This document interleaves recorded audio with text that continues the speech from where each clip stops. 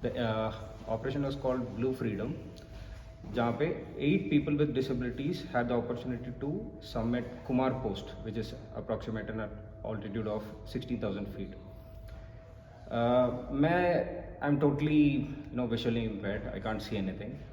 So it was a very tough challenge for the entire team.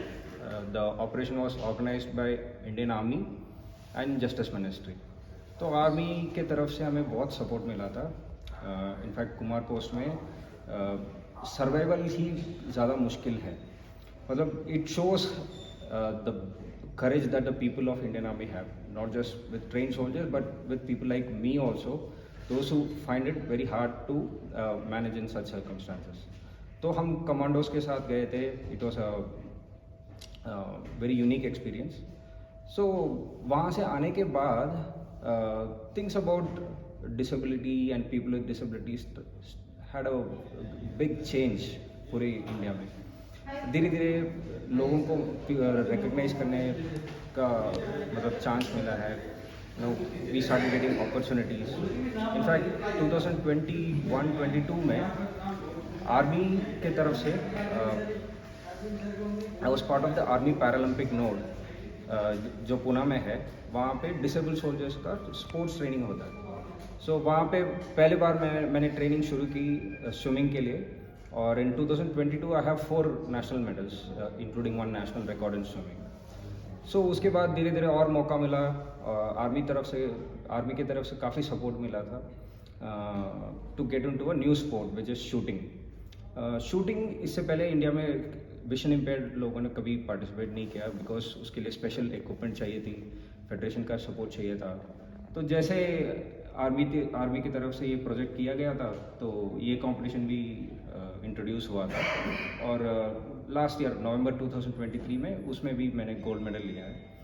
Now my aim is to take part in international level events और जितना हो सके we'll do our best to the country. जब प्रधानमंत्री ने आपसे बात, पहले लोगों को डिसेबल्ड पीपल बोलते थे, then persons with special abilities बोलते थे, फिजिकली चैलेंज बोलते थे, आज दिव्यांग बोल रहे हैं. ये नाम चेंज होता गया इतने सालों में, बट लोगों का जो एक्चुअल टैलेंट जो था उसको शायद कुछ सालों से पहले किसी ने रिकग्नाइज अच्छी तरह किया नहीं था.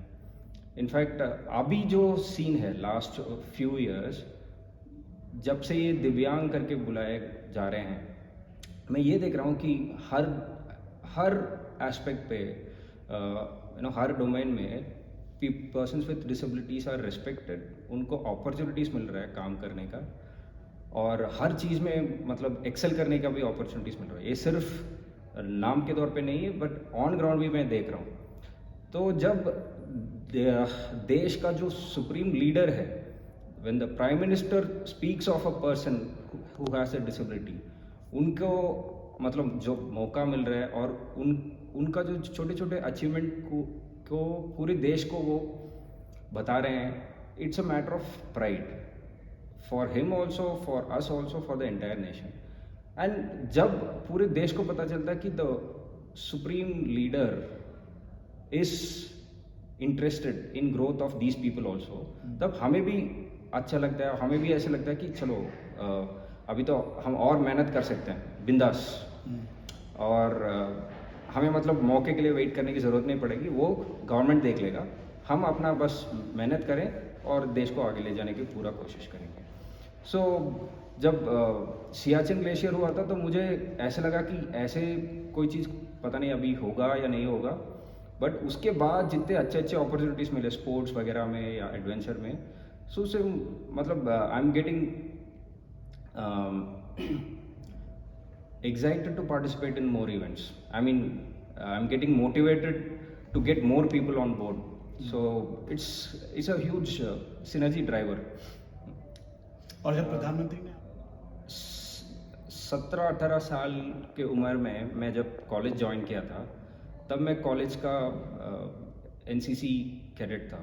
तो इनफैक्ट एनसीसी में मैं बहुत मेहनत करता था और मैं बेस्ट कैडेट भी था तमिलनाडु में.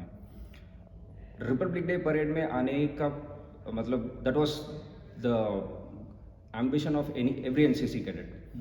सो मैं भी उसी रास्ते पे जा रहा था जब मैं 10+2 टेक्निकल एंट्री स्कीम मतलब 12th स्टैंडर्ड के बाद आर्मी के इंजीनियरिंग एंट्री में मैंने ज्वाइन कर लिया था, जिसकी वजह से मैं आरडी परेड कभी अटेंड नहीं कर पाया।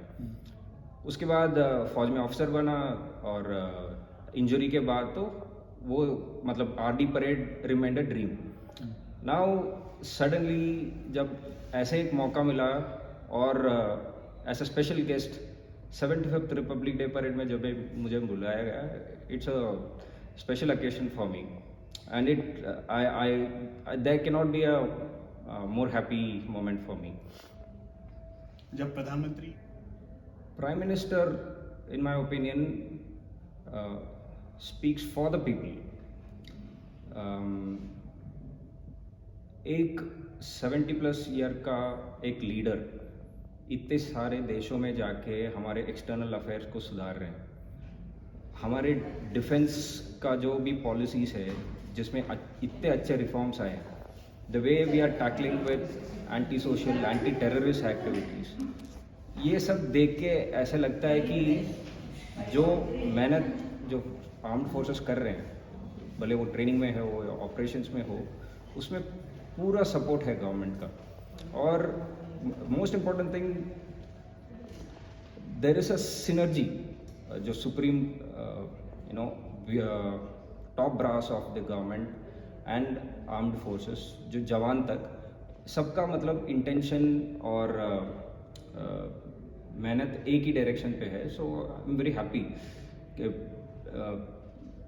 आर्मी में मतलब लोग बहुत मेहनत करते हैं, मेहनत इन द सेंस बहुत टफ टेरेंस में रहते हैं, अपने परिवार से दूर रहते हैं। ये सब होने के बाद जब उनको लगता है कि गवर्नमेंट उनके पीछे है, पूरा सपोर्ट कर रहा है in all aspects, not just in working, but उनका सपोर्ट मतलब हर तरह मिल रहा है, तो सबको कॉन्फिडेंस मिलता है और वो पूरा मोरली बूस्ट हो जाता है।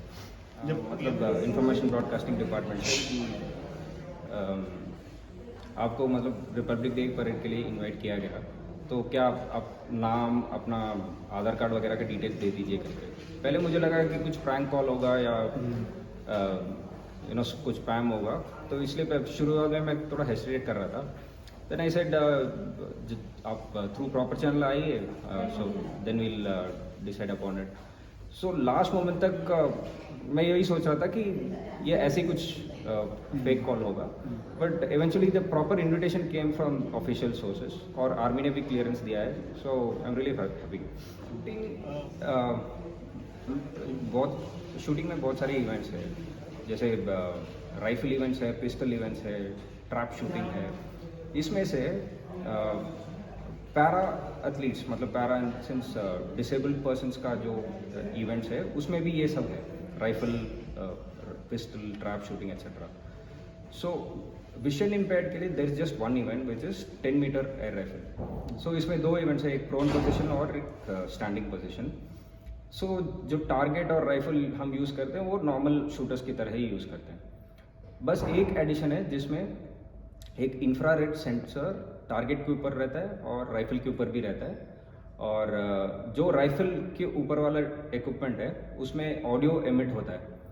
जब राइफल का सेंसर और टारगेट वाला सेंसर एक लाइन पे रहता है, मतलब जैसे मेरा निशान टारगेट के ऊपर चला जाता है तो एक साउंड आना शुरू हो जाता है, और धीरे धीरे जैसे जैसे बाहर के रिंग से टारगेट के अंदर की तरफ हम जाते हैं, अपने निशान को ले जाते हैं, तब साउंड डिफरेंट पिच ज़्यादा होता रहता है, और जो सेंटर पॉइंट है जिसको हम 10 बोलते हैं, 10.9 इज़ द बेस्ट शॉट, तो तब साउंड टोटली डिफरेंट रहता है।